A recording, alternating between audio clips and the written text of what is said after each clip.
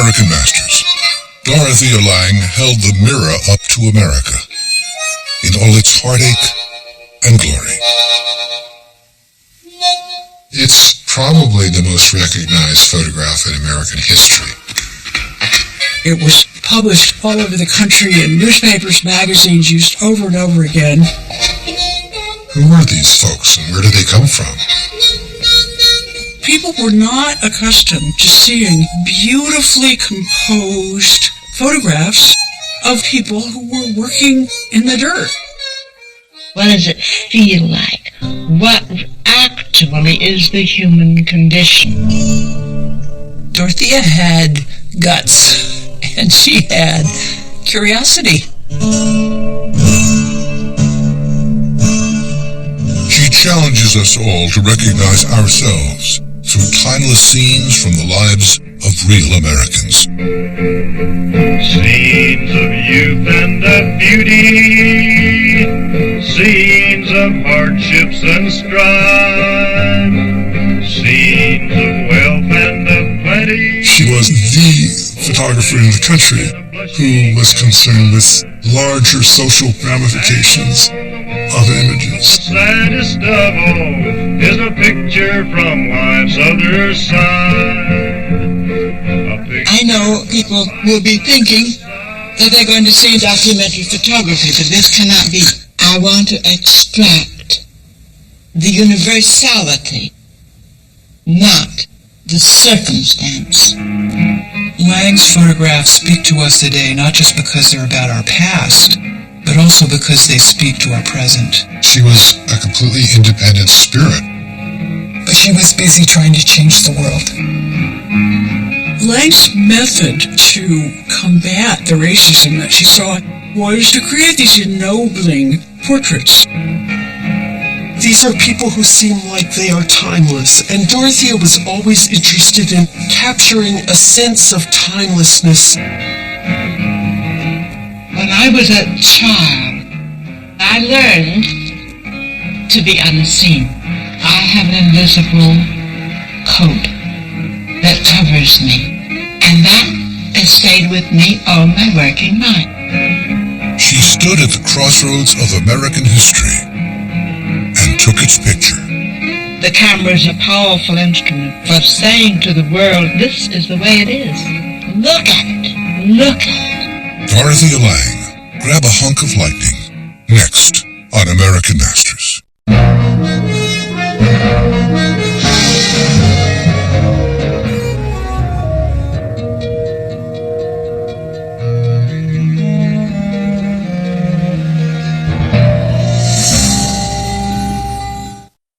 Major funding for Dorothea Lange, Grab a Hunk of Lightning, provided by the National Endowment for the Humanities, exploring the human endeavor. And by Cal Humanities. And by an award from the National Endowment for the Arts, Artworks. American Masters is supported by the Corporation for Public Broadcasting and Rosalind P. Walter. The Blanche and Irving Laurie Foundation, Rolf and Elizabeth Rosenthal, Jack Roden, Vital Projects Fund,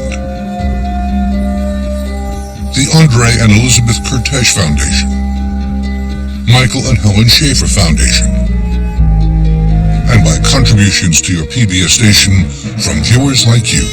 Thank you.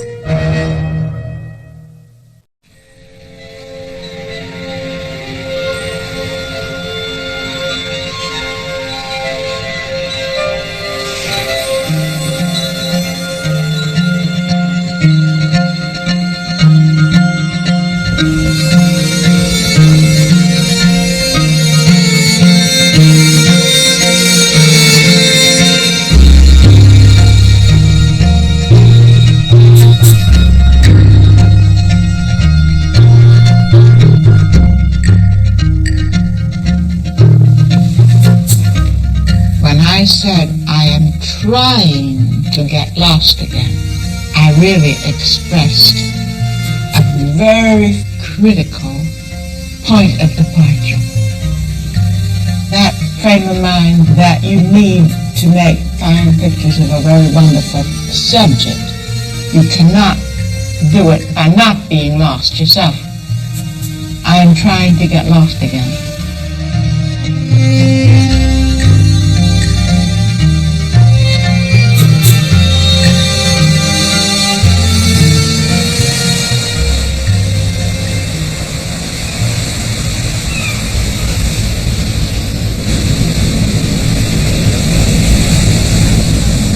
When you're working well, it is, first of all, a process of getting lost, so that you live for maybe 2-3 hours as completely as possible a visual experience.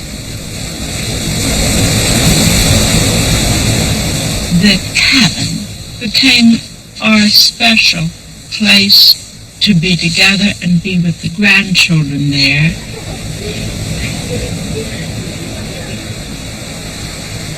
They thought of it as a place where they were free.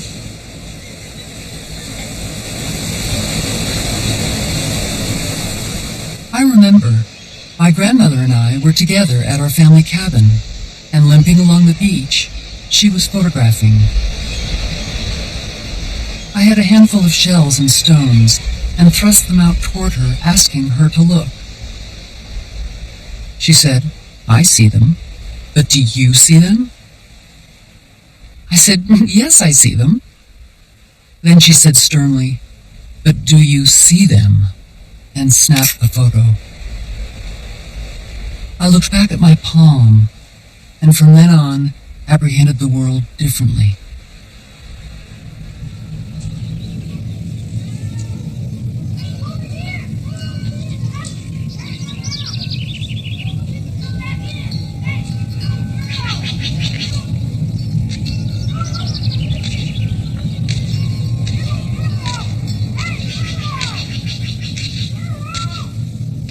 Toward the very end of my grandmother's life, an unprecedented honor came to her.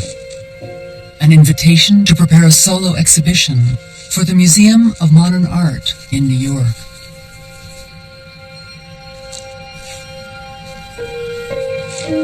This is really the pinnacle of achievement. This is not just a matter of choosing which photographs of a life's work of tens of thousands, but it's also a matter of figuring out which photographs should talk to other photographs. Lange's photographs speak to us today not just because they're about our past, but also because they speak to our present. Your file of negatives is your biography. There it is. I think we have a card on this. I think I've seen that on here. I was a part-time student at the San Francisco Art Institute. Next time, try the train. This is about 35. She looked to me to be the photographer in the country who was concerned with the larger social implications, ramifications of images. We hit it off. I felt very blessed to be helping her accomplish what she wanted to accomplish. This one, you said, was during the Depression. When? During the Depression, yes. She was committed to a deadline that involved her looking over her entire life as a photographer. Probably never anybody asked me for that. We started by pulling out boxes and boxes of negatives. Some of them got thrown out on the spot. Isn't good enough. This goes in that early Utah. It was also an opportunity to put her affairs in order, and they were in considerable disorder. I can't just exactly say why I feel at this point, with that show coming on, that I know that I have to look this stuff over that I've done.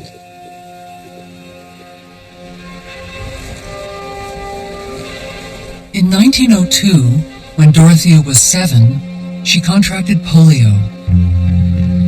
She was relatively lucky, but did end up with a disability. Afraid that her misshapen leg and foot would later make her unmarriageable, her mother urged her to disguise her limp, saying, "Walk as well as you can." Dorothea grew up in Hoboken, New Jersey. Her father had left the family. Probably some financial misfortune, but there could be another reason. We know so little because she never spoke of him. Little brother Martin, Dorothea, and their mother all moved in with her German immigrant grandmother. Dorothea remembered being mesmerized by clothes fluttering on the line. She looked out at them and said, "These are beautiful." And her grandmother said to her, "To you, everything is beautiful."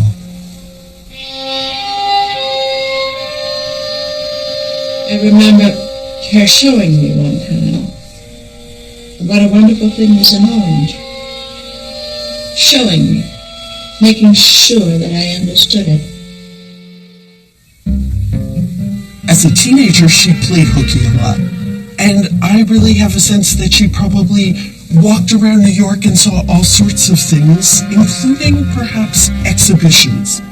I decided almost on a certain day, well, I was going to be a photographer. This was before I even owned a camera. My grandmother was very independent. She often walked the length of Manhattan and found herself drawn to the gallery of Alfred Stieglitz, where the work of photographer Paul Strand was also shown. She apprenticed to Arnold Gimpf, who was committed to combining the practice of photography with something considered higher at the time, and that is fine art. It's a curious thing, isn't it? How a person will pick a profession out of the blue. But that's just what I wanted to be. She was a very lovely young woman, but she knew that she walked with a limp. Dorothea's mother was not encouraging of Dorothea being a photographer. So it wasn't long before Dorothea came up with a plan to leave town with her friend Franzi. Well, they decided they were going to go around the world. Dorothea had guts, and she had curiosity, and she just decided to go. She and Franzi headed west. They got as far as San Francisco. On the first day they were there, Franzi was carrying the money and she was pickpocketed, and they lost all their money. So they were stuck in San Francisco. Dorothea just went out, and the very next day, she had a job at Marcia's, which was like a drugstore, which had a photo finishing counter in the back. Where she's taking in people's film, perhaps helping with processing it, maybe just working the counter. While she was working at the photo counter, she met Roy Partridge, my grandfather, went home and said to his wife, Imogen Cunningham, another photographer, "By Jove, I met the most wonderful woman today. We must have her home for dinner." And they did. She hadn't been here for 3-4 weeks. They just tucked Dorothea into their San Francisco bohemian life. It was a city that was beautiful because it had been rebuilt after the 1906 earthquake. But it was also a city with a working class history that was there below the surface. Along the waterfront, you had the dives and the boarding houses where the longshoremen lived, and where the Bindlestiffs crashed in the bars at night. Still out of money, Dorothea sensed an opportunity in this vibrant city. With the support of her newfound artist friends, she convinced a backer to help her open a portrait studio. It was 1919, and she was 24. Upstairs, she had a sitting area where she would photograph her clients.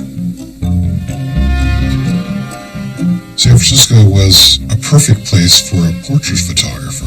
You had the wealthy there in need of family portraits and corporate portraits and portraits of grandma and grandpa, and you had wealthy patrons. Downstairs, she had a darkroom where she developed the photographs she took of them. When Dorothea was finished in the darkroom every day, she would go upstairs back to the sitting room, and she would fire up this old Russian samovar and make a huge pot of tea. And then the bohemians would gather. Clearly, she already had that kind of charisma that we would see later in her life. Her studio became something of an evening salon, where friends relaxed on her red velvet sofa, later dubbed the Matrimonial Bureau because of the many proposals made there. I was a young woman who had a portrait studio. I did all the work myself. It was a successful studio, but I worked 18 hours, 20 hours every day. I really worked. I was determined that I could make that go, and I did.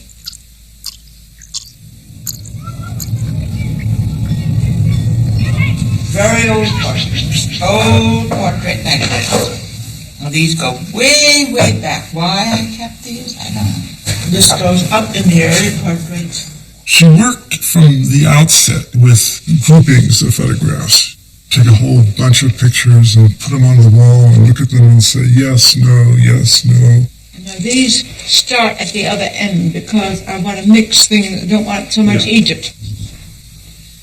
Working as a photographer, I had not participated in that process before, and I found it very interesting. Put it near this small Korean boy. Near it. And she would go through a quick edit process, and pictures came down, and put up another bunch of pictures, and you step back 15 feet and you reflect.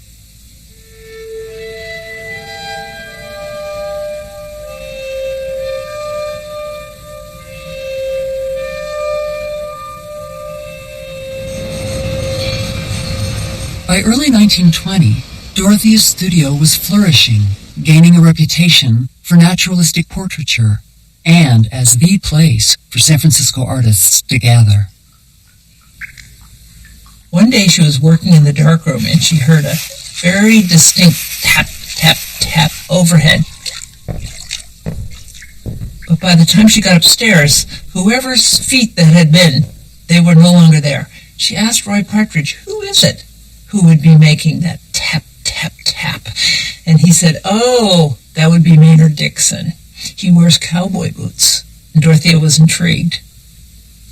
The next time she was down in her darkroom working, and she heard those tap, tap, tap of the boots, she went upstairs and met Maynard, who was dressed in a long cape, and he carried a cane, and he had his cowboy boots. She was attracted and a little bit afraid of him. He was more than 20 years her senior. He was an exquisite painter, very established as an artist.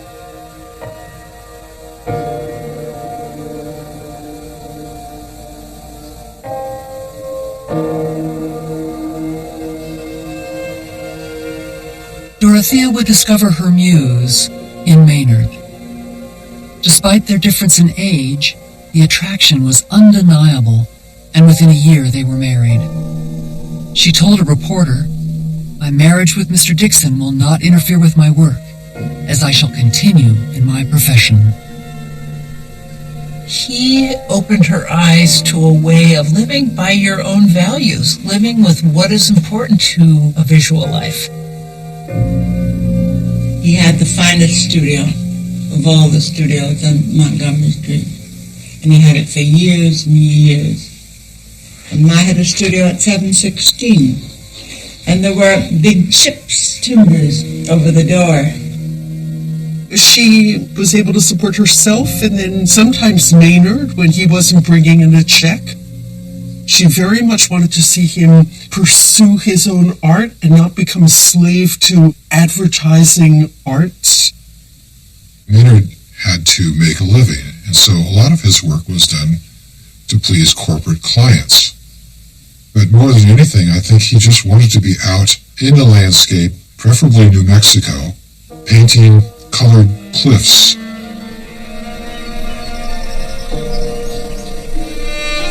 Maynard got her out into the Southwest. You know, he loved to paint in the Southwest. He loved that open sky and the vista that was available for him there. So that gave her a whole part of the world she had never seen before. She was exploring, working outside the studio. There's a certain kind of exotic fascination. These are people who seem like they are timeless, and Dorothea was always interested in capturing a sense of timelessness. I think she's interested in how they resist modern culture.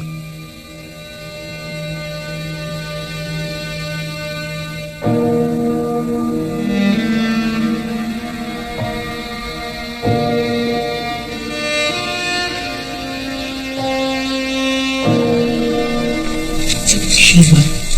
K-I-V-A. Like one of just the steps going up there, big steps. And there's 2 tin cans down there. That's the difference between a documentary photographer. Right there, if you want to define it. That's right. A man with a certain kind of training will never remove those 2 cans. And the other man must. See, Richard, what I'm talking about? See the magnificence and scale of those steps. It really is a thing of very great proportion. And these wretched little cans down here, well, you accept it. Yeah.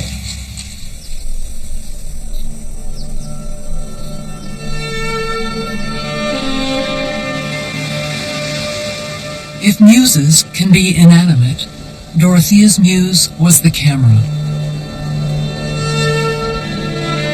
But she was to discover the muse in the great loves of her life, 2 radically different men.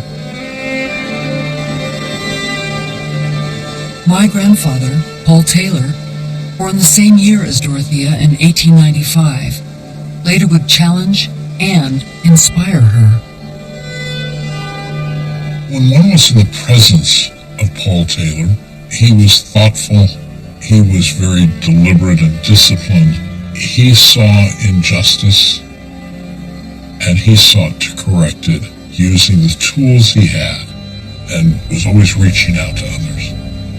This is a powerful individual, and it wasn't just a resume, it was a life.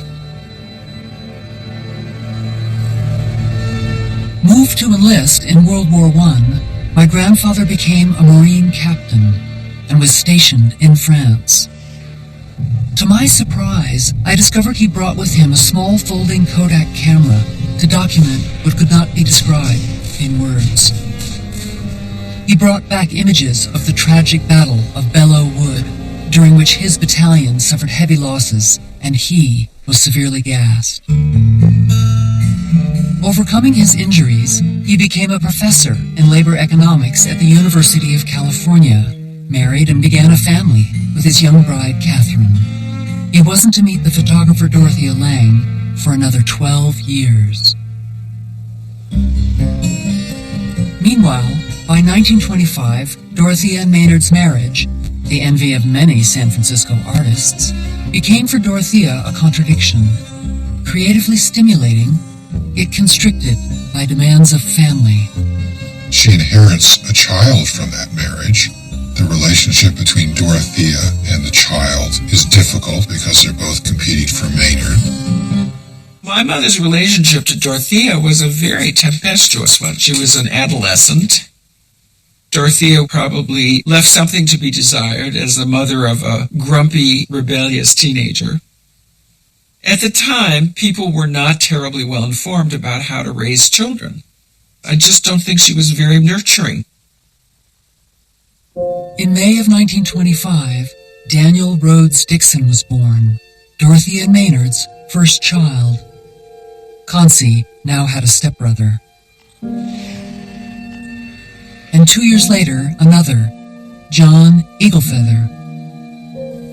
Her son John has spoken about the fact that he didn't experience a lot of physical affection from her. She was a photographer who wanted to look, and she was much happier seeing Maynard doing the work of nurture.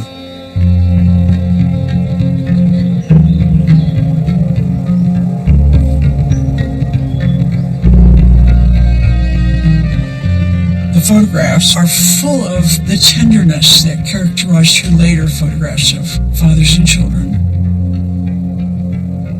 Maynard was free to continue living his bohemian art life.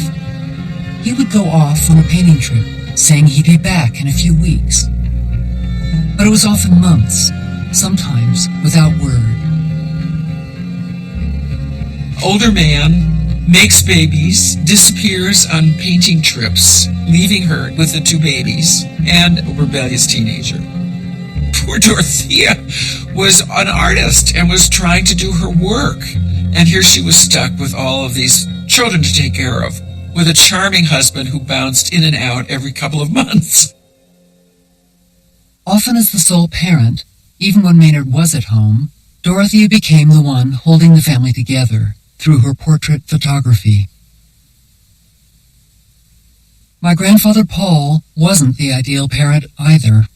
Often away from Catherine and his children, he was devotedly researching farm labor in the Central Valley of California and in Mexico, pioneering a new kind of economics with a notebook and a camera. As the big plantations grew in California, growers wanted a cheap labor force, and they started importing it. By the 1920s, when Paul Taylor really started his research, it was overwhelmingly Mexicans. He learned how to speak Spanish and decided to go down to Mexico and start actually studying Mexican life, not just Mexican work.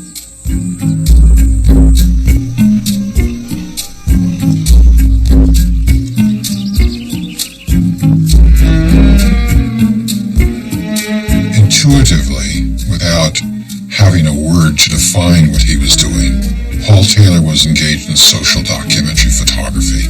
He realized how important the camera was to the kind of economics he was doing, and he used it as a form of visual note-taking to supplement his research. Recording what they were doing was very hard with words, and Paul understood that early on, that photography was a much better way to record activity and action. No one else was doing this. The Mexicans come at a very important time in California agriculture, embarking on a massive period of expansion. California agriculture is not wheat and corn, it's fruit and vegetables. Most of that can't be mechanized. You have to have people waddling down the furrows, cutting that lettuce. It's stoop labor, it's hand labor. They were the first automobile migrants because what made their lives possible was the ability to shift between jobs in automobiles and string together a long sequence of seasonal work. And this is where Paul Taylor first encountered the conditions of industrialized agriculture that would become a focus of his study for the rest of his life. I remember talking to him about being in the Imperial Valley for the first time and how overwhelmed he was to see people riding out into the fields to pitch melons all day. No fresh water, there would be warm water. There were no toilets in the fields. And then returning to their barrios on the edge of town, and sometimes worse, the little brush shelters that they had erected. And what Paul saw was that these young men labored under intolerable conditions. Paul was outraged by this.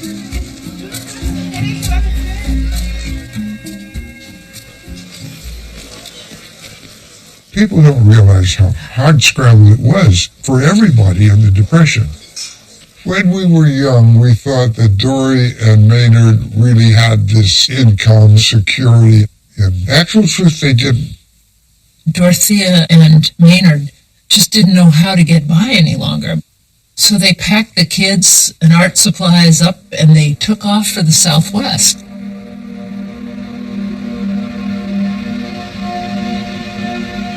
So they go down to Taos, New Mexico.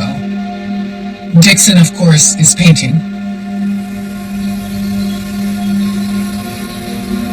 And the kids are being taken care of by Lange. It was a dirt floor, earthen floor. But they found a way, a little touch here, a little touch there. It's beautiful. Just beautiful.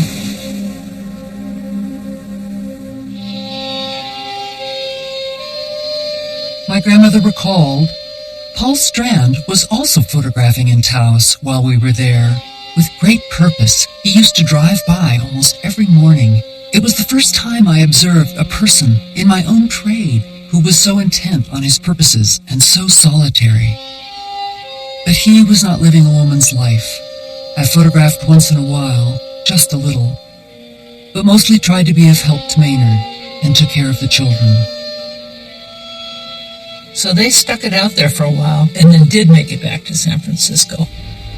But by that time, their relationship was beginning to fall apart, and they both went and lived in their own studios and began what would be a long process for Dorothea boarding her children out. They both needed to earn a living. They couldn't drag these small children around, and so they put them out to board. It was very hurtful and very hard on the kids. During the Depression, it was the only recourse for people without any money. To put the kids in somebody else's home for 9 months, which I guess it was that long sometime, must have hurt Dory as much as it hurt the kids. When you enter into the visual world, detaching yourself from all the holds on you, not taking a few photographs while you're going down to the co-op, but it is a mental disengagement so that you live for maybe 2-3 hours as completely as possible a visual experience where you feel that you have lost yourself, your identity. You are only an observer. Only that. On Mother's Day, young son John presented his mother a bouquet of daisies. He later recalled, why didn't she accept my gift of the daisies? Instead, she took a photograph.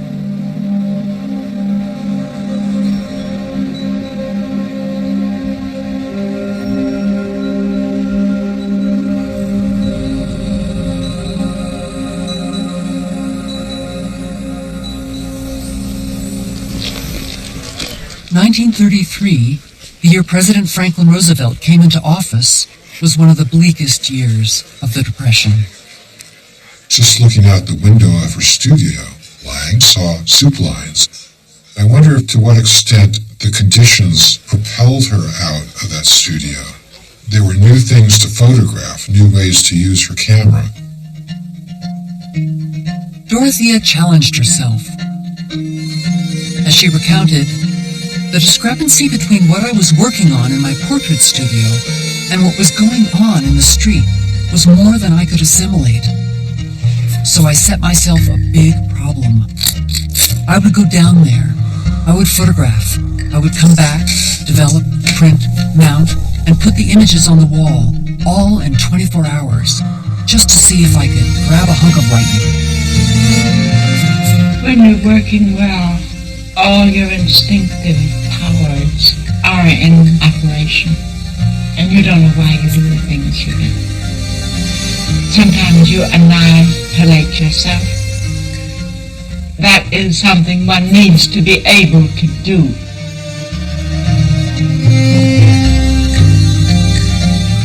She had developed some negatives, but had accidentally left one negative undeveloped in the film holder. Stuart Hunk went into the darkroom to develop his own work. He develops it, brushed over to her, awed by the composition of her innovative light angel bread line.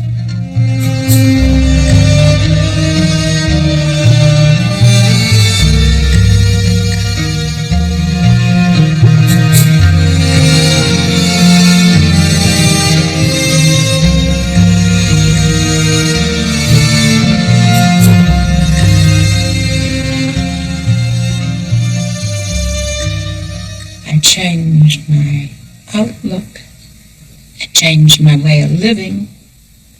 I made some decisions on what I thought was a good way to be a photographer. And I saw certain possibilities.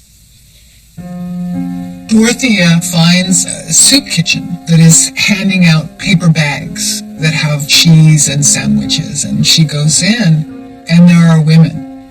For social reasons, they couldn't be on a bread line. An early photograph Lange took is mended stockings. What you see is the fine detail that shows how many times the woman has mended her stocking. The sense of a silk stocking which can't be replaced, that must be mended. All the signs of how people were having to stitch things together. Nothing could be disposed of in this time. And for Dorothea, this is really the intimate look that tells us about social experience in the Great Depression. Lange was already practiced in looking at individual faces. A motto that she had pinned on her darkroom wall, the words of Francis Bacon, the contemplation of things as they are, is in itself a nobler thing than a whole harvest of inventions. And she took this quote and thought one could see it even more with bodies.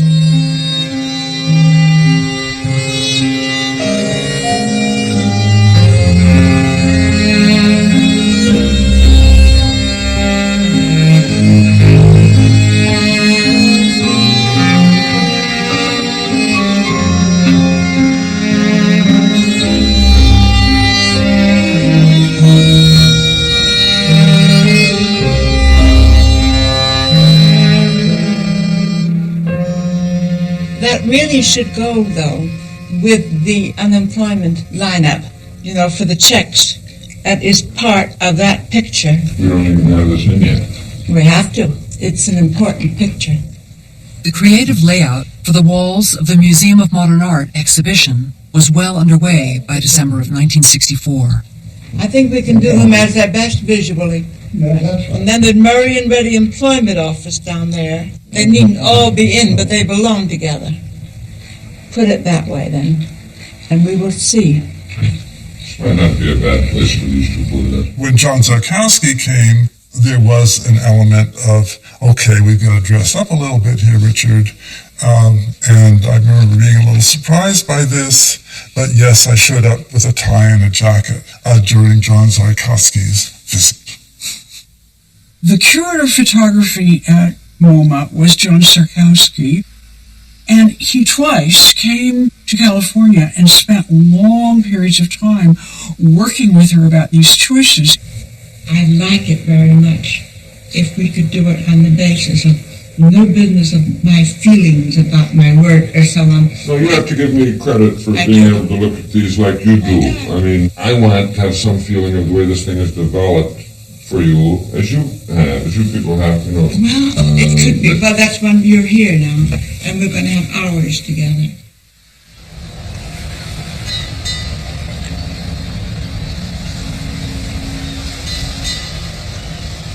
If you went down on the waterfront in San Francisco in 1934, you found a labor system akin to slavery. Every day, thousands of workers would shape up for work. There would be a huge crowd. A foreman would point, you, and that's how you got your job, to heft something off a freighter. It was going to explode in the 1934 longshoremen strike. And when it exploded, Lange was there, in the middle of all this stuff that's going on. 1944. Today the eyes of America are on our own labor troubles, like the San Francisco general strike. 2,500 guardsmen move in. They were shooting people on the waterfront in San Francisco, and she wouldn't take me. And I was ready to help her carry a tripod. It wasn't safe. Dorothea said, I wasn't used to jostling about in groups of angry men with a camera, but it needed to be done. she's capturing the speeches and the protests. One of her earliest and most famous photographs is of the speaker behind the microphone addressing a May Day crowd.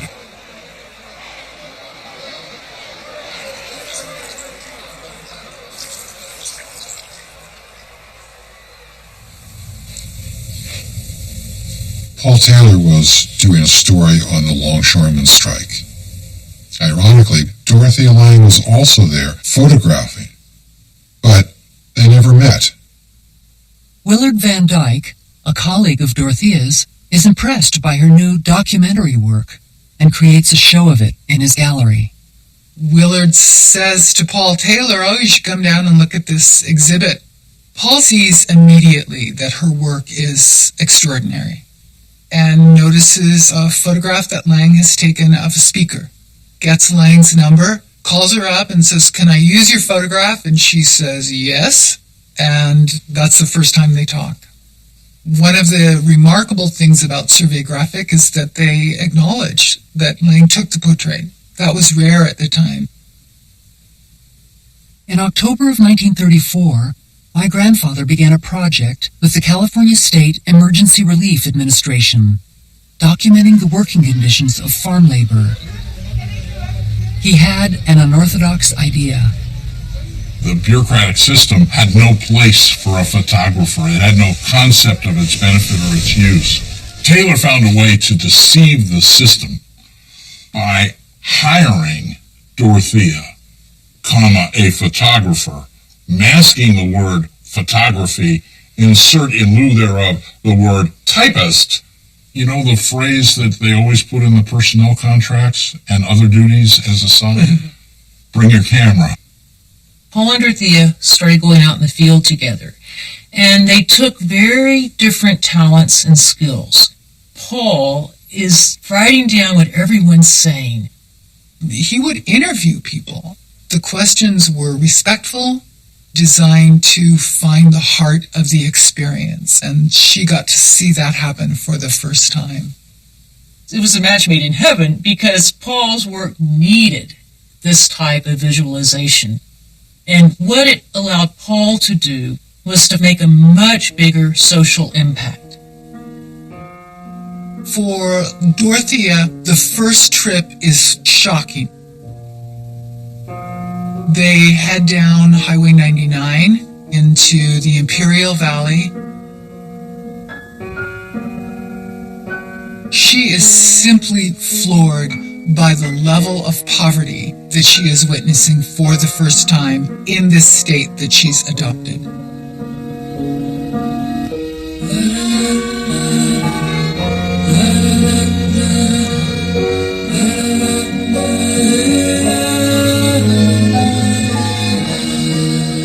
From the time Dorothea Lange started working with Paul Taylor, her understanding of what she was photographing expanded. And it became not just these individuals she was photographing, but a part of a larger view of American society. She's seeing with her photographer's eye, he's seeing with his economist's eye, and they're together 24 hours a day. There can't help but be some chemistry and some exchange that's going on. Dorothea is still married to Maynard, and Paul is still married to Catherine. Paul Taylor also has a family of his own and a marriage that's tottering. At first, she saw her role as a photographer only. She then developed a series of photographs with captions. The captions were written longhand, and some of them contained quotes from the people, and others were descriptions of the conditions that were faced by people. These then became a government report like no government report had ever been. And they were remarkably effective. He understood his writing could get really dry, but with her photographs, he could then put the quotations of the family members, and the photograph made the quote come alive.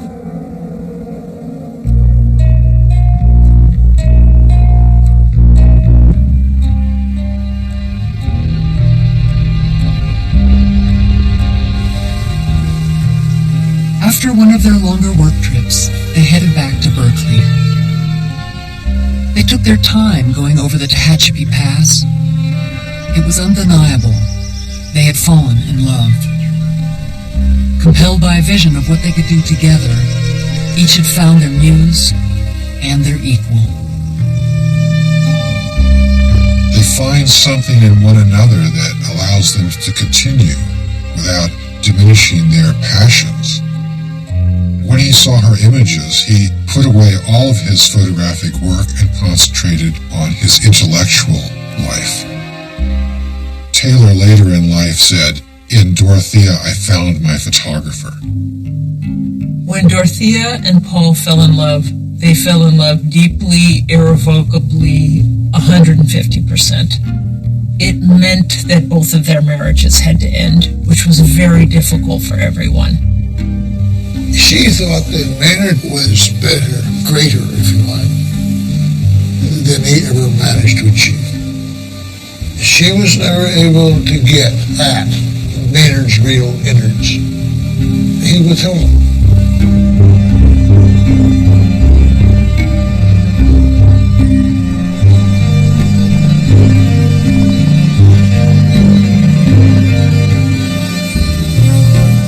When on that Sunday morning I went to their bedroom at about 9 o'clock in the morning, there they were in bed together, naked. That was the moment at which Dorothea chose to tell me that they were going to get a divorce. Everyone was unhappy, and new lives for Dorothea and Paul required dismantling their old ones. Both couples divorced. And in December of 1935, in the middle of a work trip, Dorothea and Paul married in an Albuquerque, New Mexico courthouse. Not only did she have 2 small children with Maynard, but then in her new marriage she inherited 3 children, and she showed that her skills had no way improved. She really was driven in a way that we give tremendous permission to men for, but absolutely no permission to women. I was 5 years old when I met Dorothea in 1935. We all spent this first year of their marriage in foster homes because I think it was especially Dorothea said she wanted Paul and her to have the first year just to work and to get used to being married, I suppose. So that's what happened. Dorothea was having a lot of trouble with her son, Daniel. She was in agony about her inability to help him, redoubled by the fact that she was so much away. Daniel at that time was desperately mad. He started acting out in huge ways, like taking his mother's camera and hawking it. That's a pretty big statement right there. Paul heard me call her an old sow. You think of him as being a kind of a deliberate in his movements, but this was not deliberate. He moved from where he was to where I was, like a bolt of lightning. And he grabbed me by the throat and shoulder. He threw me down the stairs. Nobody called his wife an old sow. Oh boy. I believe that he was a romantic man. He had a deeply romantic passion for and belief in justice. You can't have that kind of belief unless you're romantic. And he loved her fiercely. Despite those complicated and disturbing early years, my Uncle Daniel, having found success as a writer, returned to the family fold. Sometimes as Dorothea's colleague, and sometimes her confidant. I need to speak with you because you are one of those who, from time to time, have understood me. I'm happy to say, as well as anybody. I know that when people come to this exhibit, people who've heard of me before, they will be thinking that they're going to see an exhibit of documentary, what's called documentary photography, but this cannot be. I want to extract the universality of the situation, not the circumstance How are you going to get it done in the time you have left? I don't trust the time. I really don't trust it. And I know how you work. I think maybe the time has come for you to make some decisions. I know. You do? I well know. Okay. I have to close the doors and bar the windows, unhitch the telephone, and face it myself. I know that.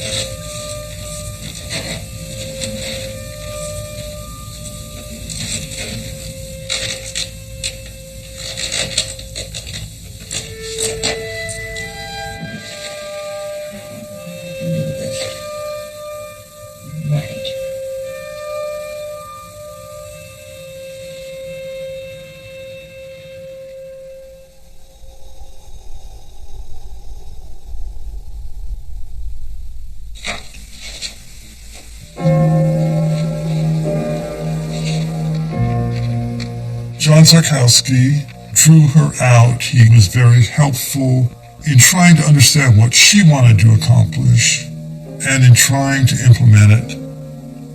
You know, he's the curator of the show. He was shaking up the entire photography world, and he saw in Dorothea's work that he could make a statement about what was possible with photography. The idea of a photograph being in a museum was a kind of complicated issue. It took a while for us to get out of the magazine context and take the photograph and just put the photograph itself on the wall and examine it. He recognized that Lange's photographs didn't have to have all this context to get what she was after, that you could admire her photographs for themselves. Most of what we wanted is in here, isn't it? I had no idea exactly what I wanted. I was trying to do the best I could with the materials I had. That's what I mean. I didn't have it close. The materials you don't have aren't important. You know what I mean? Another national disaster coincided with the Depression. The Dust Bowl. There were storms of dust that were so dense that you could not see your hand in front of your face. And farmers reported that their land literally was blown away.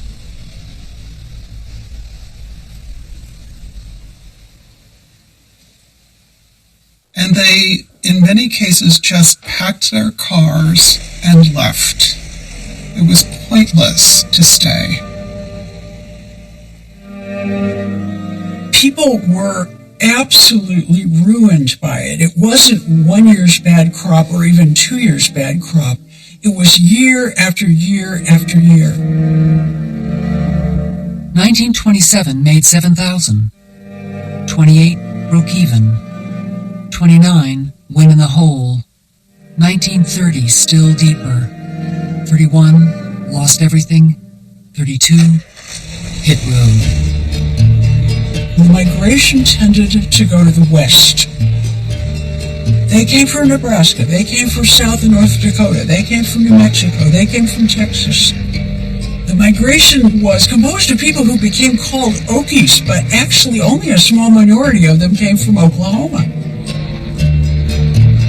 In this case, instead of the covered wagon, it was the covered jalopy.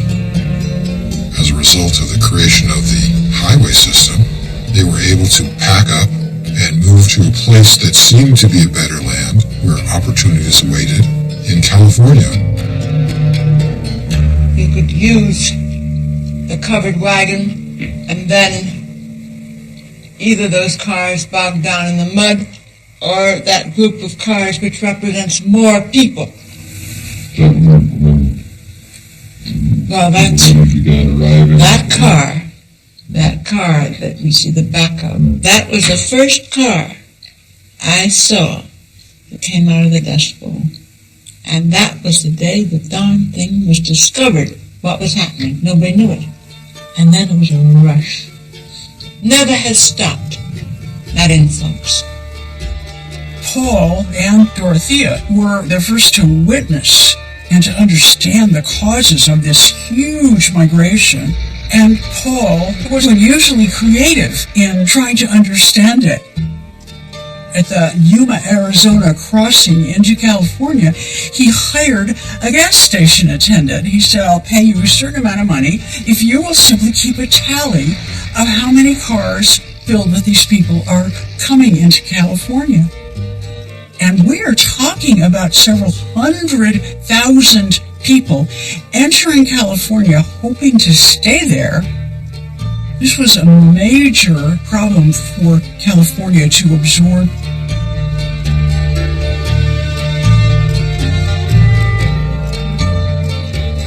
Lange and Taylor were in the middle of this influx, putting a face on westward migration.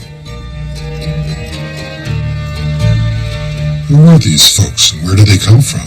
Well, they were basically white Americans, hardworking, family folks. They weren't coming to feed off the state. They were coming to work and find a home. They hoped to reestablish themselves as family farmers. And of course they're expecting this California dream.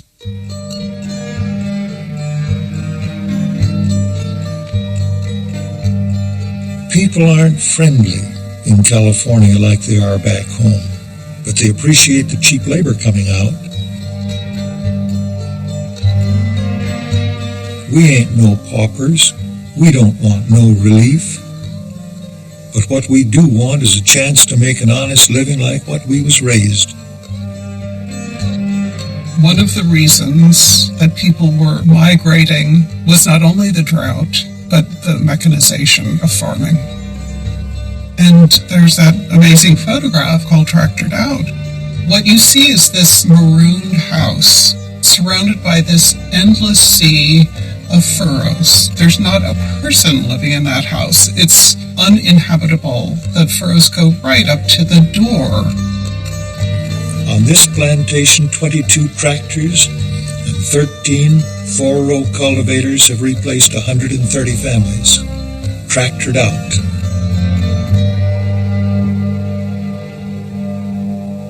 Lange's photographs from the 30s are full of hope, not just despair. Everyone trying to find the American dream. Some of them finding it, and others, you just think, boy, just can't imagine how they're going to get there. She took a series of photographs of a family in Yakima, Washington, and when I first saw the photographs, I looked at them and I said, what's that big object that's cutting across on a diagonal? You have to go to her caption. Note, still carrying a roll of kitchen linoleum 3 years on the road. And that roll of linoleum became memory of home and dream of home.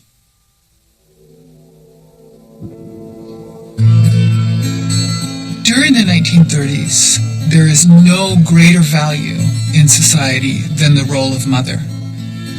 The conditions that the women face make motherhood impossible. You can't take care of your children in even the most basic ways. Working with Paul Taylor, Lange had an understanding of what she was seeing.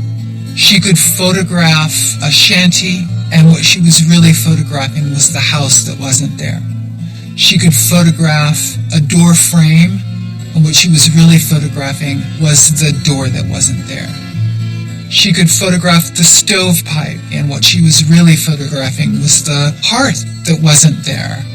The reason, I would argue, that Lange saw this so clearly is that she faced a number of her own struggles as a mother.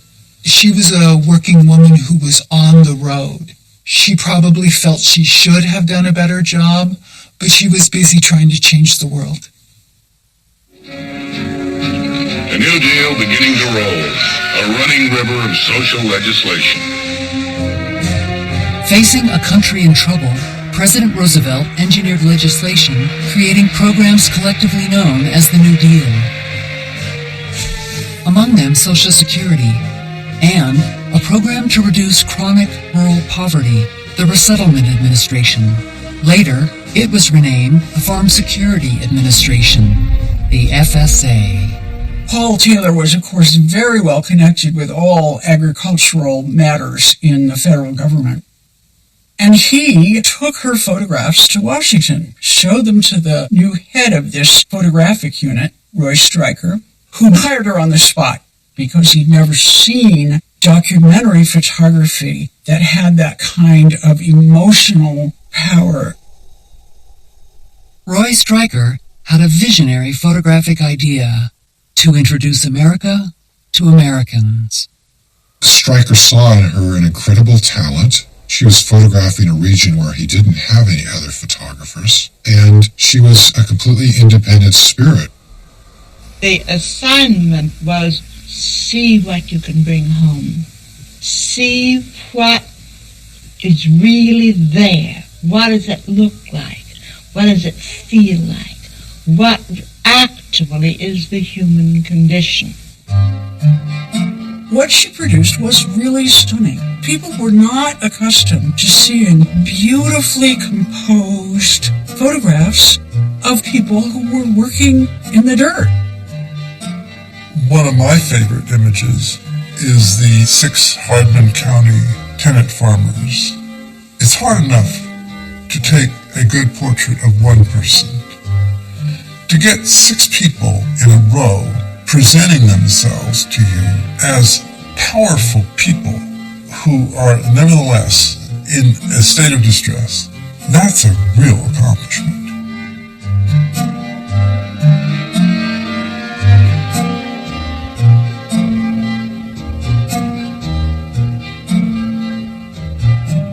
Lange was also the only photographer based on the West Coast. The time it took for her to send negatives to Washington and then wait for them to come back so she could actually see her work was often months.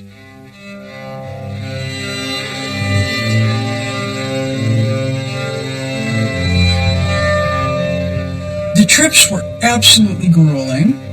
No air conditioning, sleeping in cheap motor courts.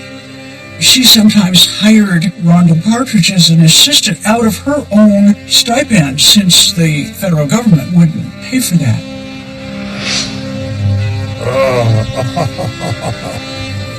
You'll love it.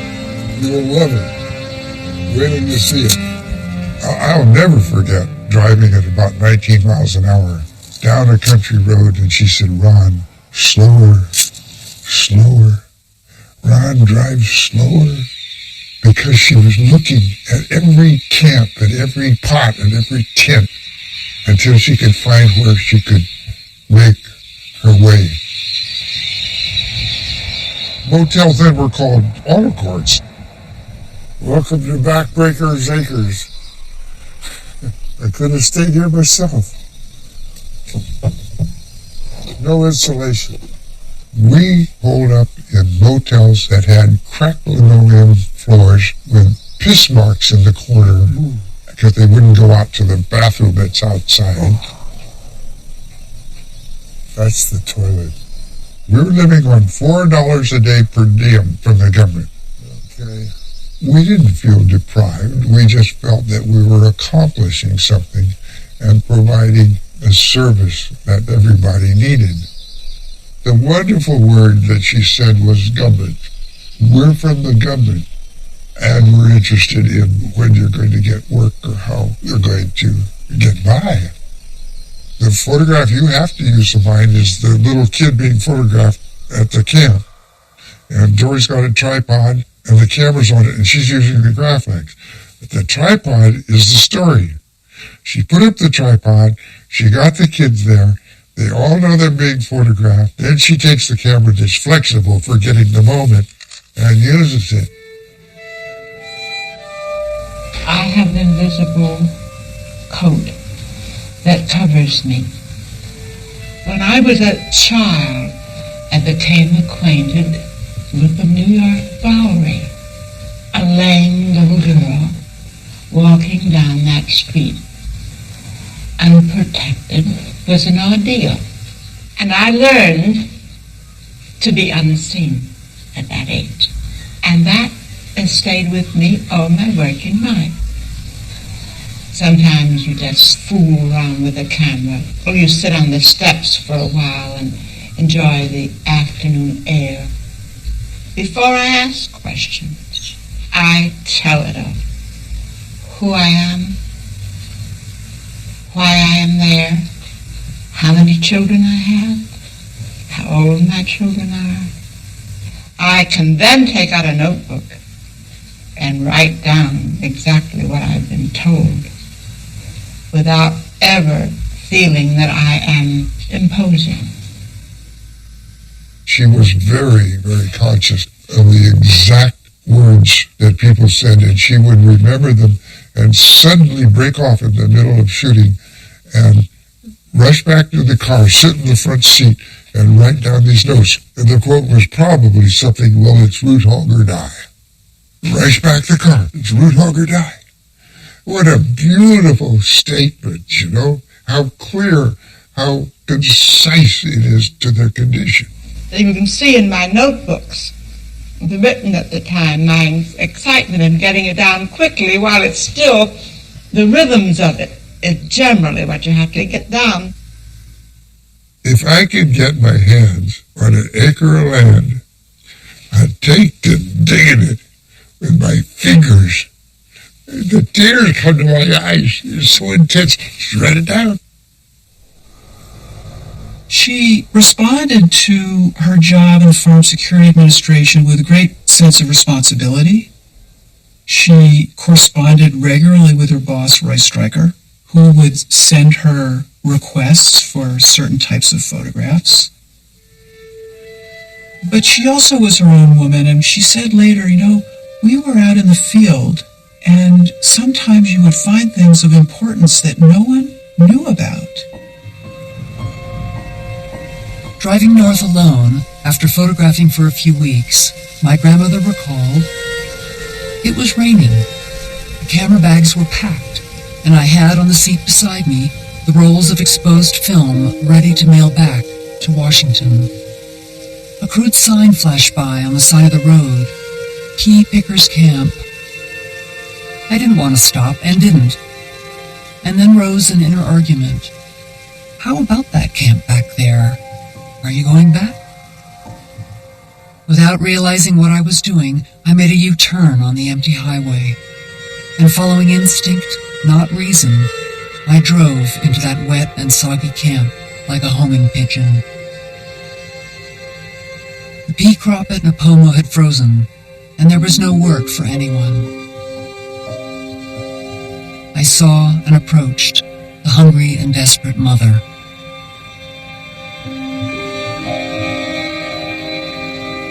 For many years, the standard interpretation was that she made 5 images. Then a 6th image was discovered, and then a 7th image was discovered.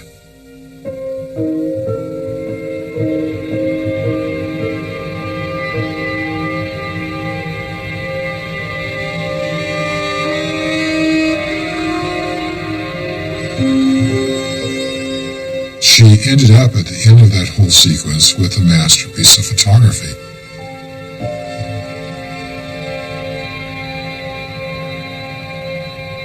The career of that photograph is extraordinary.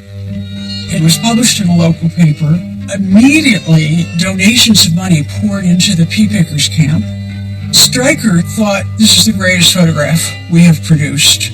It was published all over the country in newspapers, magazines, used over and over again.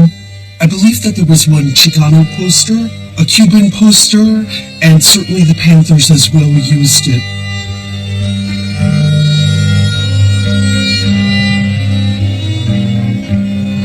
It has enough modernity to it and speaks to a condition of modern disintegration of families as well.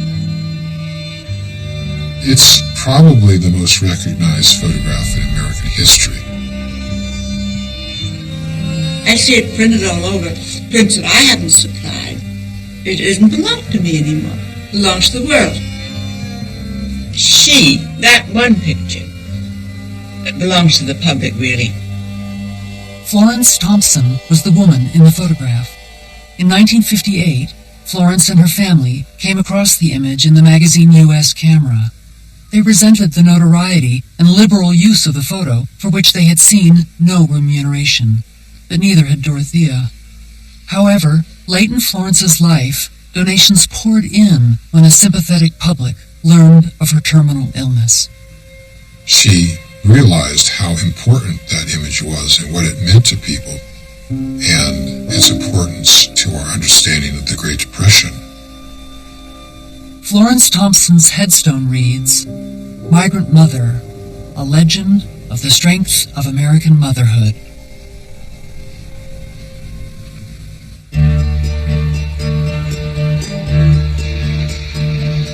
My grandfather continued to fight for FSA-built worker camps to alleviate the appalling living conditions of migratory laborers.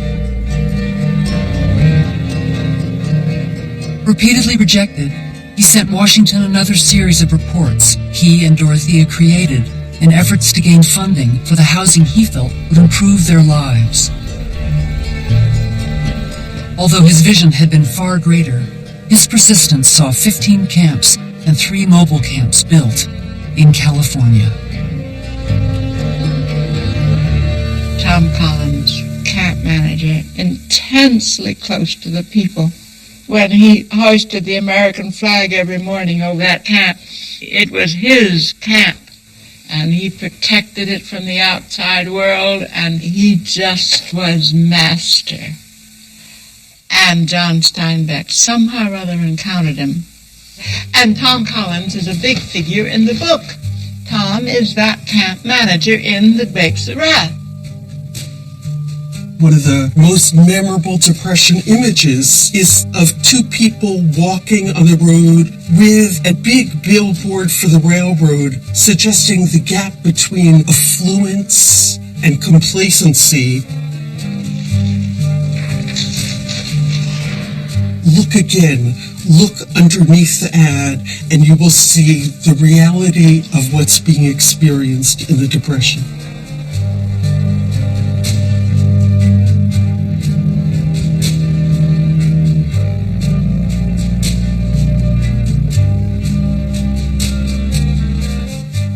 Maybe the best one is the one of a gas station near Salinas. Air. This is your country. Don't let them take it away from you. I think of that every time I'm at a gas station and now see that we have to pay for air. Every summer through 1939, Paul and Dorothea drove all the way across the country to the southeastern states. She and Taylor were very keen to discover how our society, which had developed a mythology about farming, was in the process of radical change. After slavery was ended, the South developed a system called sharecropping, which means that you give the owner of the land a share of the crop. The overwhelming majority of the sharecroppers, who were both white and black, were heavily indebted to a plantation owner. Lange took a picture of power and power relationships and subservience. A plantation owner standing in a very kind of aggressive posture. You can see that on the left edge of the picture is a little bit of Paul Taylor, who is helping her by conversing with this guy so that he's willing to keep standing there. But behind him, sitting on the steps, are his sharecroppers. The spatial relations reflect the power relations of the society. They're fixing to free all us fellas. Free us for what? Free us like they freed the mules. They're aiming at keeping fellas such as us right down up to their knees. Aiming at making slaves of us. We got no more chance than a one-legged man in a foot race. It was very important for them to be photographing the terrible poverty, but also the sustaining role of those communities and the cultural richness that she found there. There's a picture, for instance, of a very ancient black graveyard, swept as though it was an African graveyard. Those kinds of touches were important to both of them. There's this wonderful picture of the water boy who is so proud of his job. He had a role there, and she saw that. She saw him in his stature. She said that these communities were rooted in the earth like a tree, like something that was embracing. You want to see a beautiful negative? Just for the fun of looking at a beautiful negative? This is a beautiful negative. Isn't that a lovely to look at? If you're a photographer? Yeah. What pleasure. A nice negative, isn't it? Oh my, yes. Oh my. Lange's method to combat the racism that she saw in the South was to create these portraits.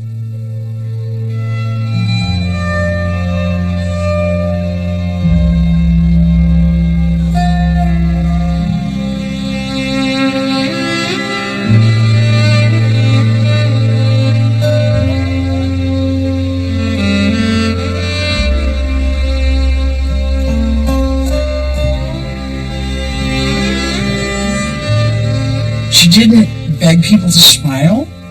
She often conversed with people, or if she was lucky enough to have Paul with her, she got him to converse with people, so people relaxed. Through conversation, you could see their animation. These were solid citizens.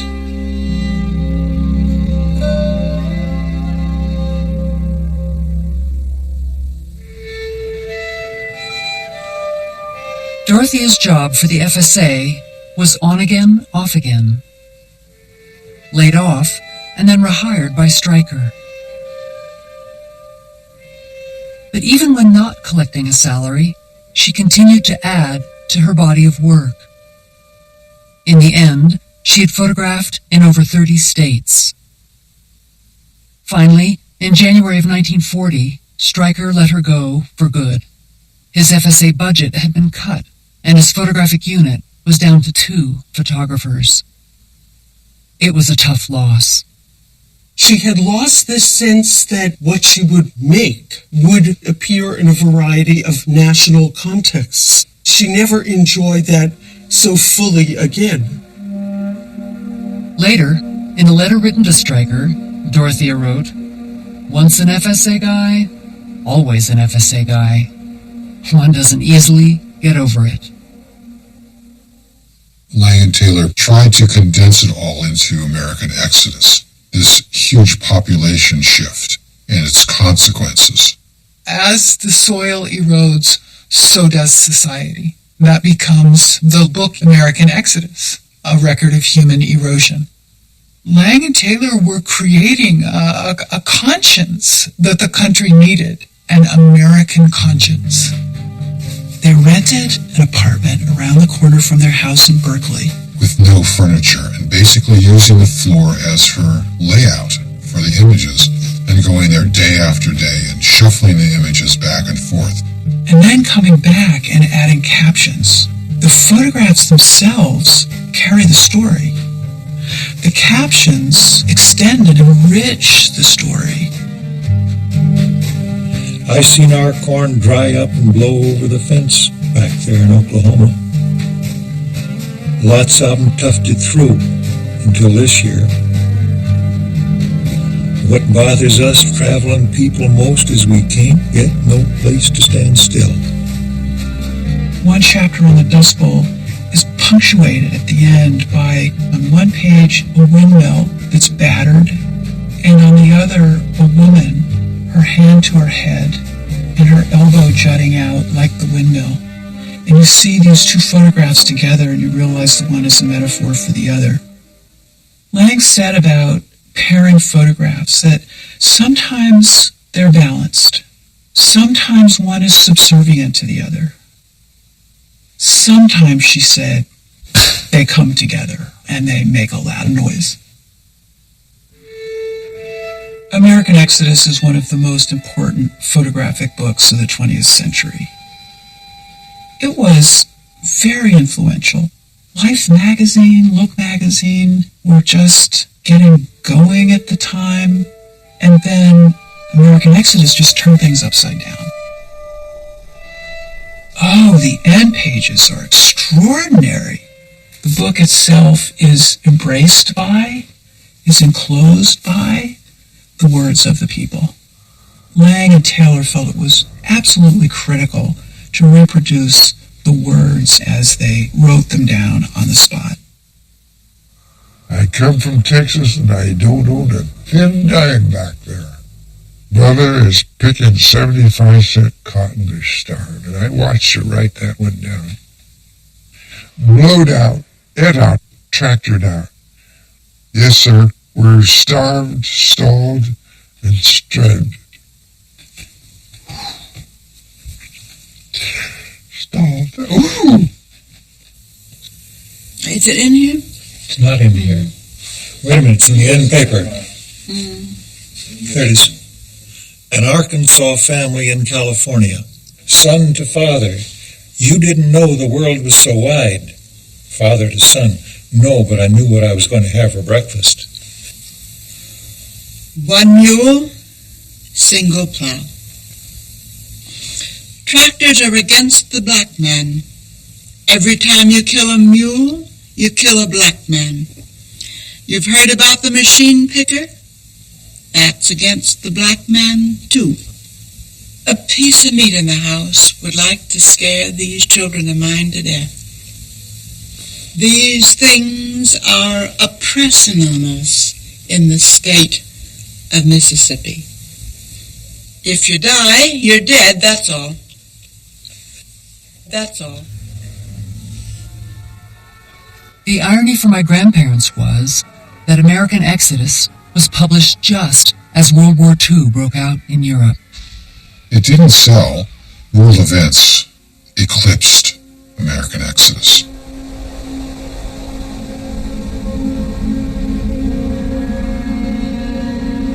Manzanar, a place my grandmother came to know. She said, on the surface, it looked like a narrow job. It had a sharp beginning and a sharp end. Everything about it was highly concentrated. Actually, it wasn't narrow at all. The deeper I got into it, the bigger it became. In the winter of 1941, Japan shocked the world when it bombed Pearl Harbor.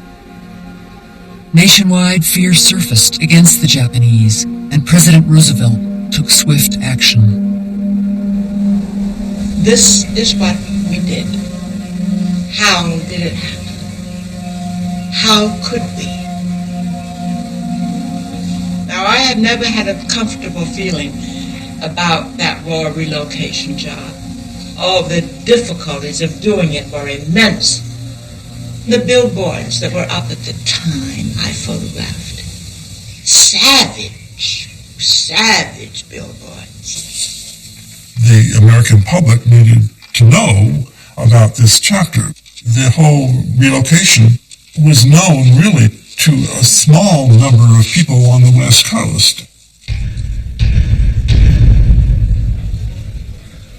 Executive Order 9066, signed by Franklin Roosevelt, was a very antiseptic-sounding process to remove Japanese American citizens from their homes in California, Washington, and Oregon, ripping people off the land because of what they look like. My grandparents were enraged by the racist hysteria and loss of family friends. Everything's taken away from them. Their business, their livelihood. You can see they're so proud, though, the people. They're very proud and dignified during this tragic moment in their life where everything's turned upside down. There's a picture that Dorothea Lange shot of my grandparents and my dad and my aunt after they left their homes to go to the internment camp. The military military didn't know anything about Dorothea, essentially. They were looking for a photographer, and here was someone who was in California. She'd already worked for the government and had a reputation as being a very hard-working, responsible photographer. What the military wanted from her was a set of photographs to illustrate that they weren't persecuting or torturing these people who they evacuated. With some misgivings, Dorothea took the job, hoping to expose what the government was doing to its own citizens. Christina Clausen, once Dorothea's portrait subject, had become a family friend. She offered to be Dorothea's assistant. I immediately began working with her because it was an intense pressure to get going. This internment was a military action. It involved rounding up 120,000 people immediately. This was only happening in scattered spots all along the West Coast. It was very hush-hush. The papers barely mentioned it. The public didn't realize what was going on.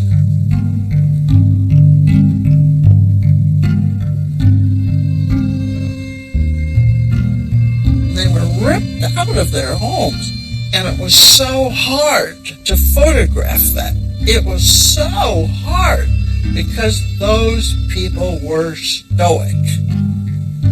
They were told that you go like we tell you to as part of fighting the war. And they went. They went quietly.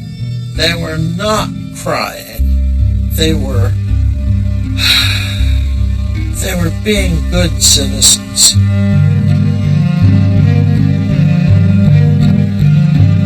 Dorothea and Christina spent weeks witnessing Japanese Americans losing everything they knew. Pets, gardens, livelihoods, their homes.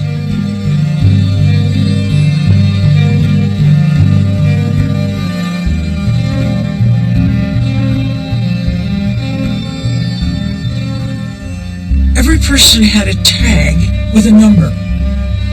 The head of the family might be 10351, A. The patriarch would be A, the family member A, and then the mother would be B, and then the children by age, C, D, E, F, depending on how many children there were. Can you imagine having a paper tag with a number on, and that's who you are now?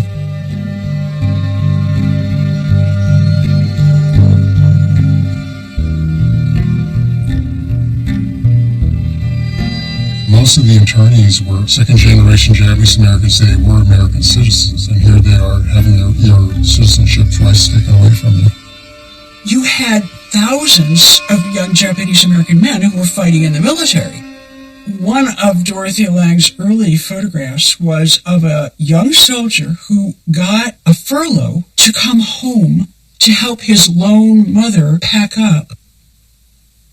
My dad went in the service, and my two uncles were drafted, so they went into the army, fighting in Italy and France for America.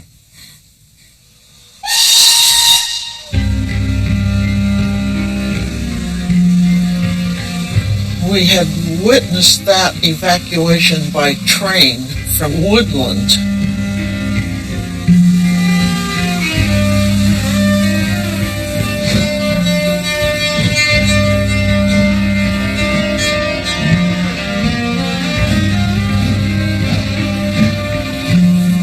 And it was too far away from Berkeley to get home, and we stayed in a hotel that night.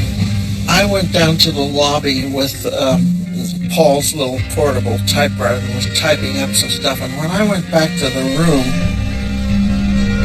she was in a paroxysm of anxiety. I can remember very well what she said. Oh, I had such a bellyache. She was terrorized. It was the tearing up of their homes that really got to her.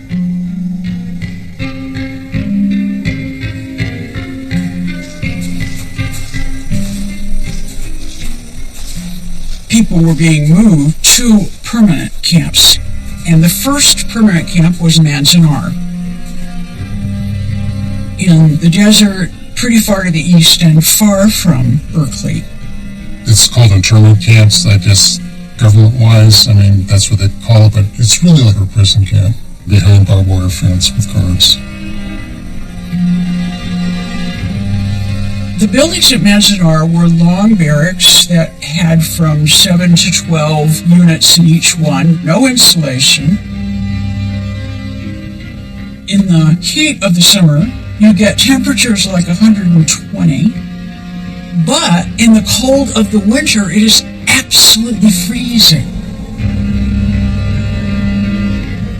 The camps are, of course, guarded, and there are military police all over. They wouldn't allow her to photograph the armed guards or the watchtowers. She was repeatedly asked to show her credentials. She was often followed around by a censor. She photographs in the nursery sheds under lighting filtered through slats, making it look like they were behind bars. An image that one of the censors found so offensive that he would not release it. This was a woman who was not willing to photograph just what they told her. When the higher-ups really took a serious look at these photographs, they fired her. After they fired her, the U.S. military impounded the photographs and would not release them. They really didn't see the light of day for many years.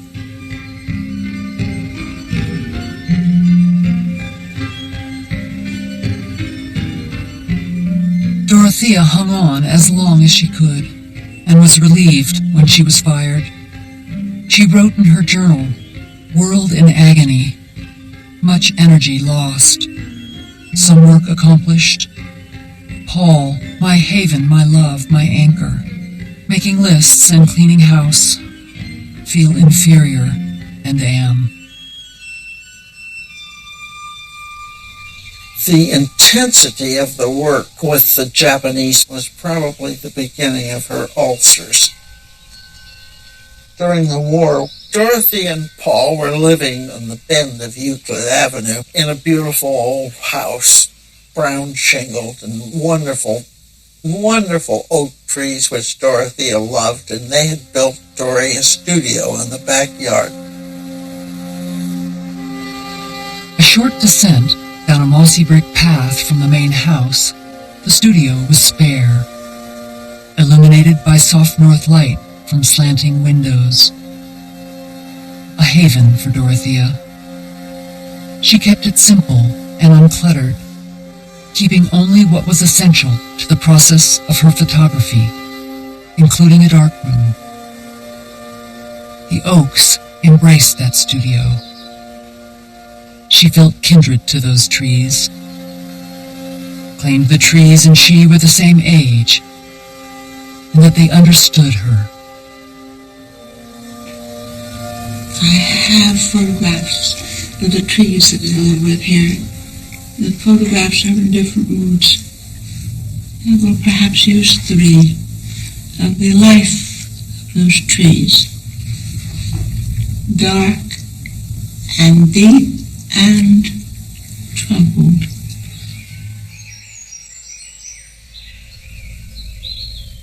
There was no mistaking that it was Dorothea's house. She was very particular about all of her belongings and about where things went. So I learned an enormous amount from her about how to create a space. I made a comment about something, and she said, "Oh, Margot, I was wondering when you were going to learn to see." Where's the cheese, Margot? Is it cut up? It's in the soup. Oh, it's already done? Oh, I was going to give you a hand. Bunch that had deep thoughts under all circumstances. No time for fooling, Margot, I always said.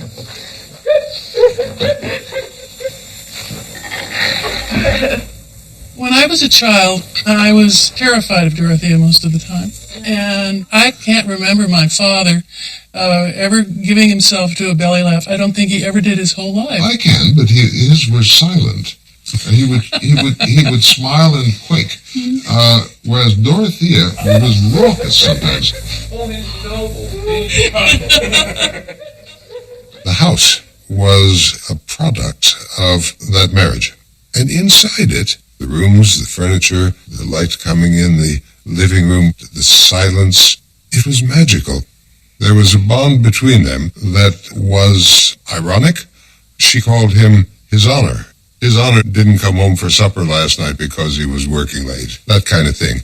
And she would express mock exasperation with him, which sometimes masked real exasperation, but turned it into something good-natured. Say, "Oh, Paul, listen to that." And her impatience with him was wonderful because he loved it. It was obvious to me that they were meant for each other. Paul Taylor was absolutely smitten and never stepped back an inch. He was steady as a rock. He was her rock. It was a very difficult decade for Dorothea Lange. The bleeding ulcers were really draining her strength. She sometimes just was exhausted. She was in terrible distress by 1945. Things got worse and worse and worse. And they operated on her for gallstones and she didn't have them. The indomitable spirit that she had, as soon as she could wobble onto her feet, she would plunge into work. My grandmother wrote in her journal, "Have had a physical breakdown, great difficulties and troubles. Maynard is dead now, but not gone. The children are on their various ways. Paul marches through his life and shares it with me insofar as I can and will. No longer feel inferior, though often weak, vague, and ignorant. Again, another start."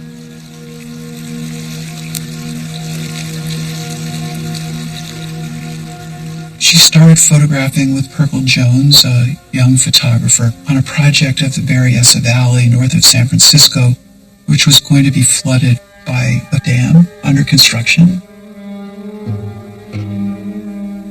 1960. Strewn across my grandparents' dining table were photographs which haunted my young mind. The image which grabbed me and wouldn't let go, a terrified white horse running.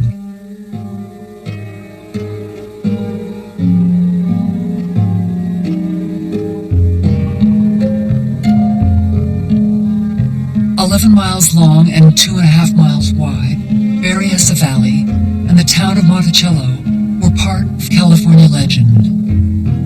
Families who had lived there for generations had raised pears and grapes, alfalfa and grain for their cows and horses in its productive soil and nearly perfect climate." Death of a Valley illustrates an aspect of Lange's work that people have really not noticed at all, an environmentalism. Lange had the idea not of photographing the building of the dam as another heroic project, but looking at what the life was like in this valley. The valley that would be flooded and destroyed by the dam. There's this wonderful photograph of a woman holding out her hand as if in welcome, and the text says, "The valley held generations in its palm."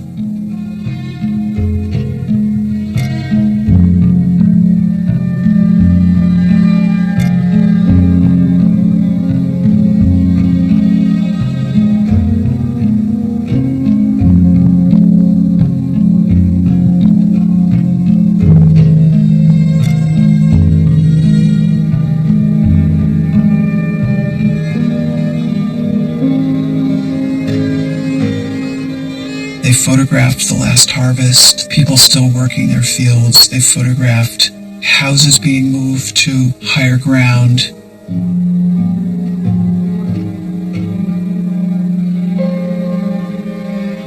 The cemeteries being unearthed and graves moved.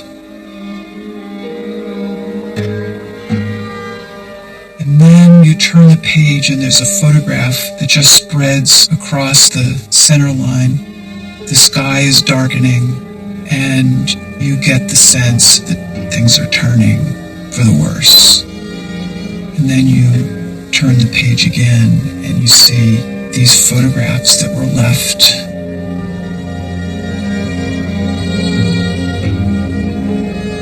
It shows how disruptive it is to leave one's home.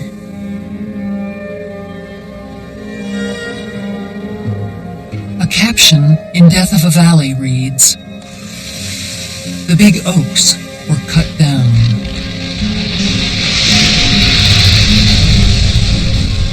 Cattle had rested in their shade, and on old maps and deeds they had served as landmarks. Orderly destruction, scheduled down to the last fence post. Bulldozers took over. Clearing Monticello Reservoir Site, specifications number 200C-311.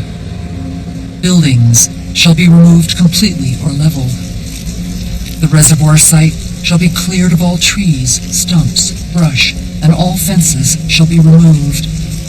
All shall be piled to be burned in such a manner that the piles will be as nearly consumed in one burning as possible.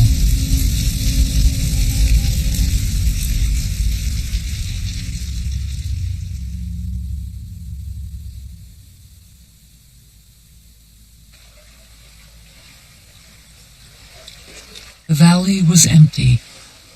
The winter rains came. Water flowed over the land like a river and covered the highway which ran the length of the valley. It covered the town site. All the landmarks disappeared. No hum of insects, no smell of tarweed, the water rising. That community never recovered. A major loss for the state of California, for family farms, for small communities, all in the name of progress, of course. She's never easy. She's never sentimental. She's a thinker as well as a person responding with her feelings. At this time, we are creating this environment almost without scrutiny in every direction that you look. The camera is a powerful instrument for saying to the world, this is the way it is. Look at it. Look at it. Lange was right there at the beginning of the environmental movement, contributing to its literature.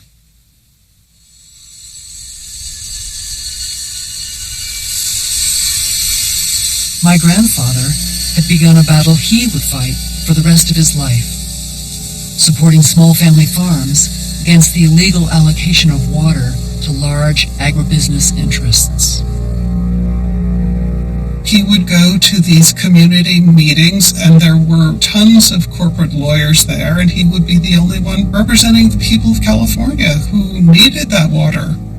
He was an activist, and yes, she was too. This one. 9037. However, Dorothea's health had become precarious, and Paul was spending more time as her caregiver.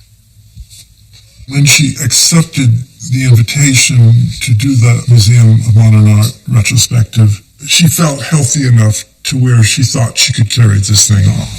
She could be feeling absolutely miserable and still be in charge. You remember this one?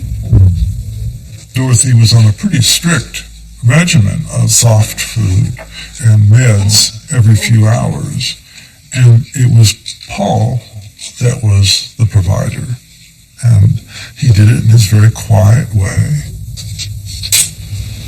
By the time she got really sick, she didn't have strength to go out on the streets anymore, but she still always had a camera around her neck, and she then began the assignment of photographing her own family and her family life.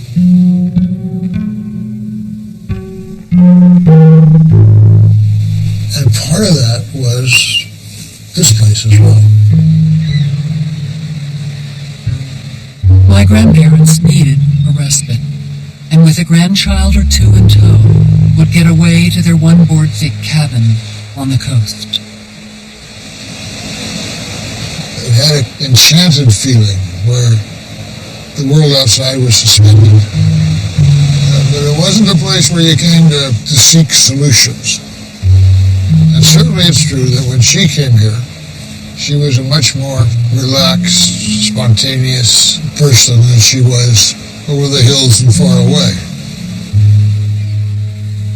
Then I began to wonder what it was that made us all feel, the minute we went over the brow of that hill, a certain sense of freedom.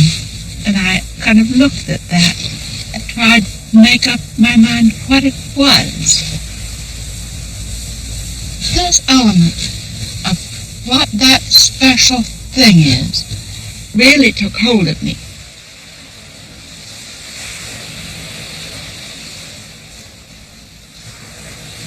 She did bring her camera, but she didn't come here with a shooting schedule.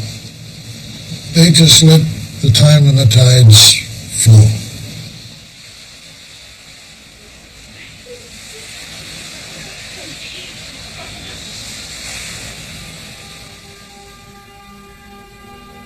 But time was closing in on Dorothea when a final opportunity arose. Now or never, my grandmother wrote in her journal. Decisions are ill-mannered, intrusive, rash, inconsiderate. That exact moment when the cloud shadows passed over the mountain peak, the decision must be made. I said to the doctor, "Shall I go?" And he said, "What's the difference whether you die here or there? Let's go."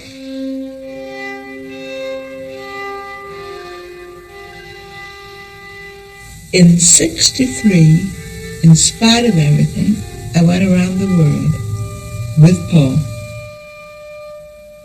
Paul Taylor was land reform expert for the United Nations and foreign aid. As was typical of Paul, he always wanted Dorothea with him. She's no longer the government photographer. She's a wife, accompanying an economist. What lunacy that the Ford Foundation and others didn't say you should work as a couple as you worked in the 30s. She's seen as Taylor's wife, who has a camera. I'm writing from a strange and large wooden house with huge porches surrounded by jungle. I never thought I'd be in a place like this. The gentleman whom I love so much does his very best to make everything as right for me as he can. My struggles with my innards continue, and there are some bad moments. But Paul and I survive it, and we are happy in the same room together.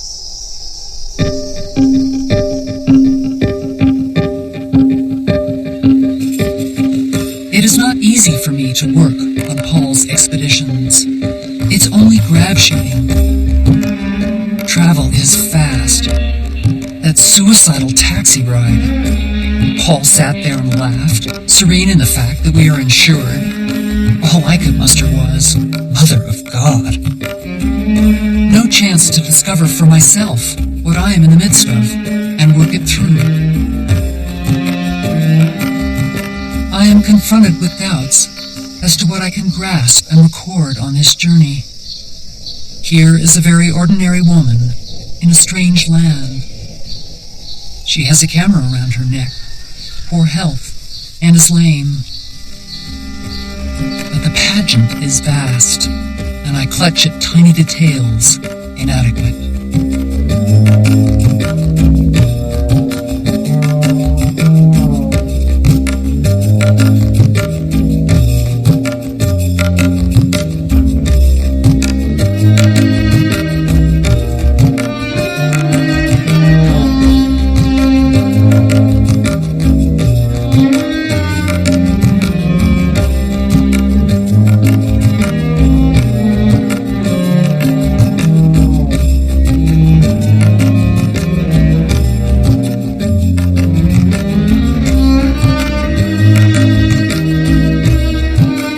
there is that lifelong sensitivity to the body that makes this very different from your standard tourist snapshots.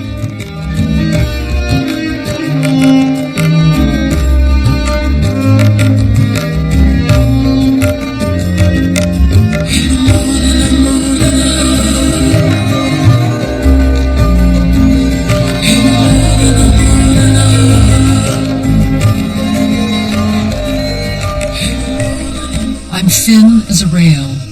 I have to hold up my clothes with safety pins.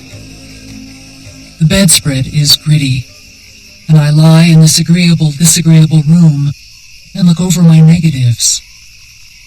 Why do I photograph? How much is vanity or self-justification?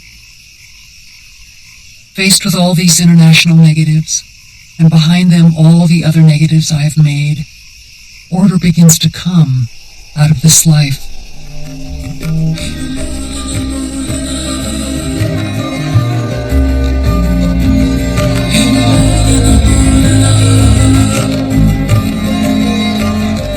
One wonders to what extent it's a visual journey for her, that all of this is her own drive to explore the human condition.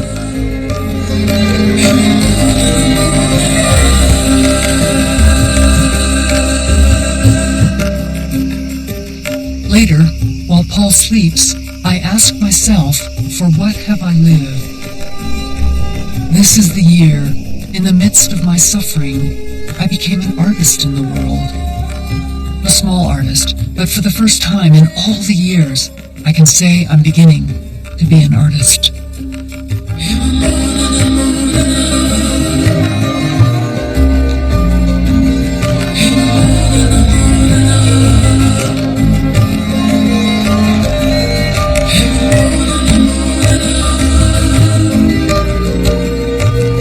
My energies are short and limited because of my illness. But I believe I can see, that I can see straight and true and fast. This has been an exercise in vision, and for this photographer, it may be closer to the final performance. There were these categories, these drawers, where over time, photographs landed. Okay, I like this image, where does it belong? She described as making sentences out of photographs, and maybe possibly if you could really be good at it, you'd make a paragraph out of it. We take the old woman, whose life is almost finished there, and has all that work behind her. She goes in. Sometime in the late spring, early summer of '64, she began to have more and more bouts of throat constriction and pain, and it was determined that she in fact had cancer. At that point, she'd already invested a good deal of time in getting this Museum of Modern Art show done, and it was full steam ahead. To see me struggle this way is not so good, is it? This is very challenging under my present circumstances. I have cancer of the esophagus and I'm not going to be here. We are trying to make that show add up to not a succession of extra fine photographs. I don't care about photography. I only care about what the camera can do. So I work for the exhibition and contemplate things as they are. From the moment that the cancer was diagnosed, she knew that there was a deadline, that either the show was going to be completed in that time or, it wasn't going to happen. And she pressed herself. She would just keep on going. My grandfather wrote John Zarkowski at the Museum of Modern Art, "Dear John, amid the ups and downs, today is on the upside. Dorothea looks forward greatly to your coming, almost literally, lives for it. My estimate still holds, chances 50-50 we will get her to New York for the opening in January."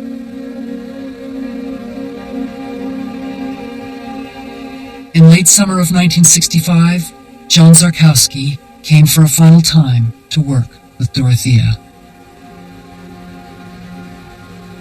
When we got down to the nitty-gritty of it, she was one of the most strong-minded people I've ever met. As walls developed, as themes developed, pairs of pictures, groups of photographs coalesced around each other and made a visual sense. Her confidence grew. It was, okay, full bore, let's go. As the show took shape, it was really an interesting trip to conceive of it as some kind of integrated visual event.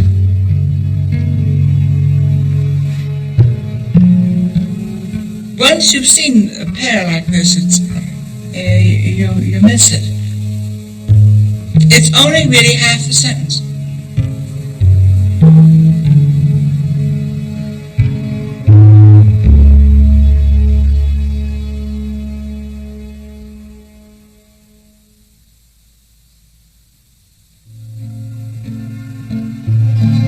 You know what today is? Today is the first day of autumn. Have you felt it? Today it started. The summer ended this afternoon at 2 o'clock. All of a sudden, the air got still, a different smell, a kind of funny, brooding quiet. Today it happened. I was out, and I was just so aware of it. Can you feel it? Today's the day.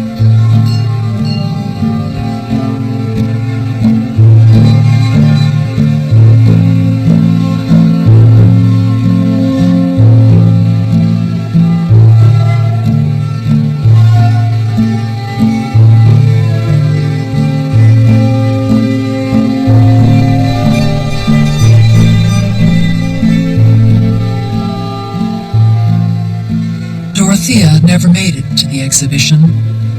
She died 3 months before. At her side until the end, my grandfather told us later, her last words were, "Isn't it a miracle that it comes at the right time?"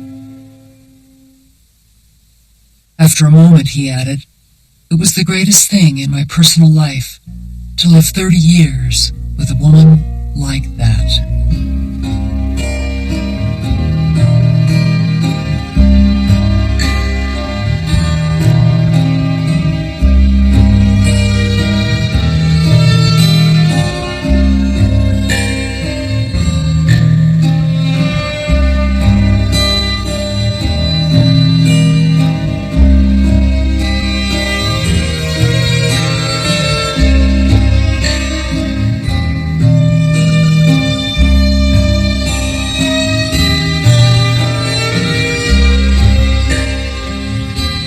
My grandfather lived another 20 years. He never stopped fighting for the rights of migrant workers and for the fair distribution of water to small farmers in California. From him, I received the gift of Dorothea's camera soon after she died, an enduring expression of their confidence. Our family scattered Dorothea's ashes near the cabin, from the rocks above the sea.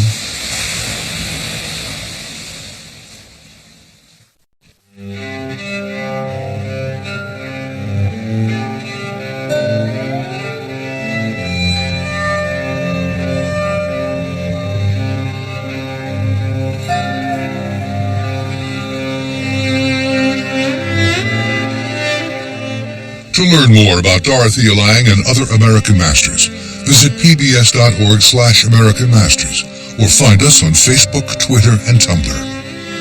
Dorothea Lange, Grab a Hunk of Lightning is available on DVD for $24.99. A companion book is also available for $50 plus shipping. To order, call 1-800-336-1917.